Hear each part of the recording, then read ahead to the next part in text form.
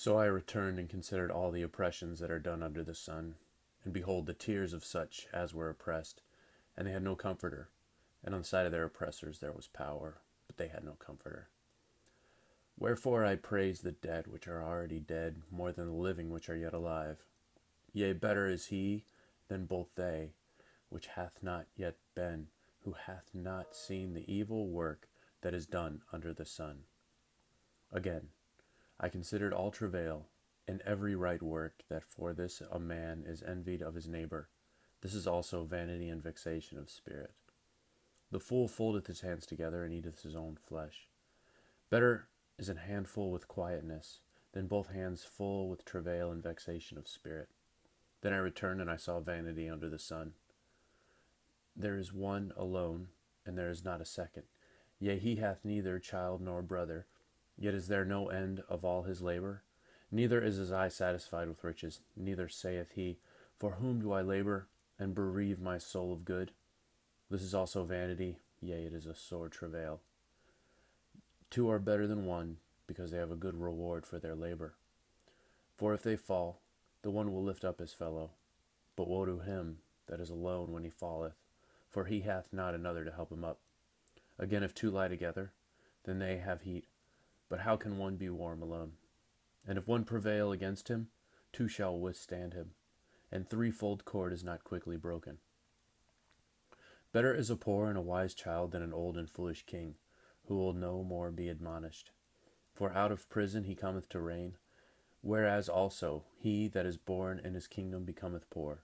I considered all the living which walk under the sun, with a second child that shall stand up on his head. There is no end of all the people, even of all that have been before them. They also that come after him shall rejoice in him. Surely this is vanity and vexation of spirit. Keep thy foot when thou goest to the house of God, and be more ready to hear than to give the sacrifice of fools, for they consider not that they do evil. Be not rash with thy mouth, and let not thine heart be hasty to utter anything before God. For God is in heaven, and thou upon earth, therefore let thy words be few. For a dream cometh through the multitude of business, and a fool's voice is known by multitude of words. When thou vowest a vow unto God, defer not to pay it, for he hath no pleasure in fools. Pay that which thou hast vowed. Better is it that thou shouldest not vow, than thou that shouldest vow and not pay. Suffer not thy mouth to cause thy flesh to sin. Neither say thou before the angel that is his error. Wherefore should God be angry at thy voice, and destroy the work in thine hands? For in the multitude of dreams and many words are also divers vanities. But fear thou God. If thou seest the oppression of the poor, and violent perverting of judgment and justice in the providence, marvel not at that matter, for he that is higher than the highest regardeth, and there be higher than they. Moreover, the profit of the earth is for all. The king himself is served by the field. He that loveth silver shall not be satisfied with silver, nor he that loveth abundance with increase. This is also vanity.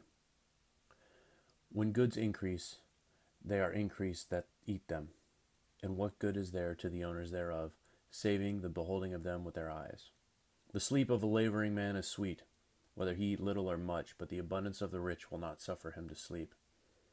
There is a sore evil which I have seen under the sun, namely riches kept for the owners thereof to their hurt.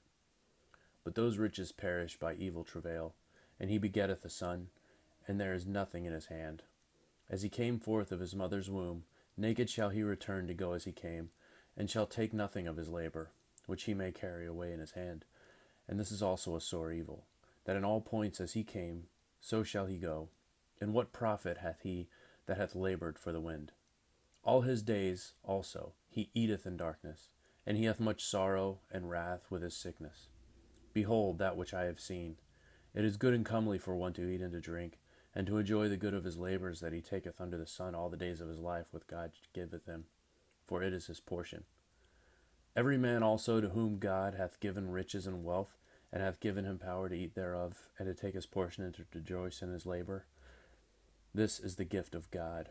For he shall not remember the days of his life, because God answereth him in the joy of his heart.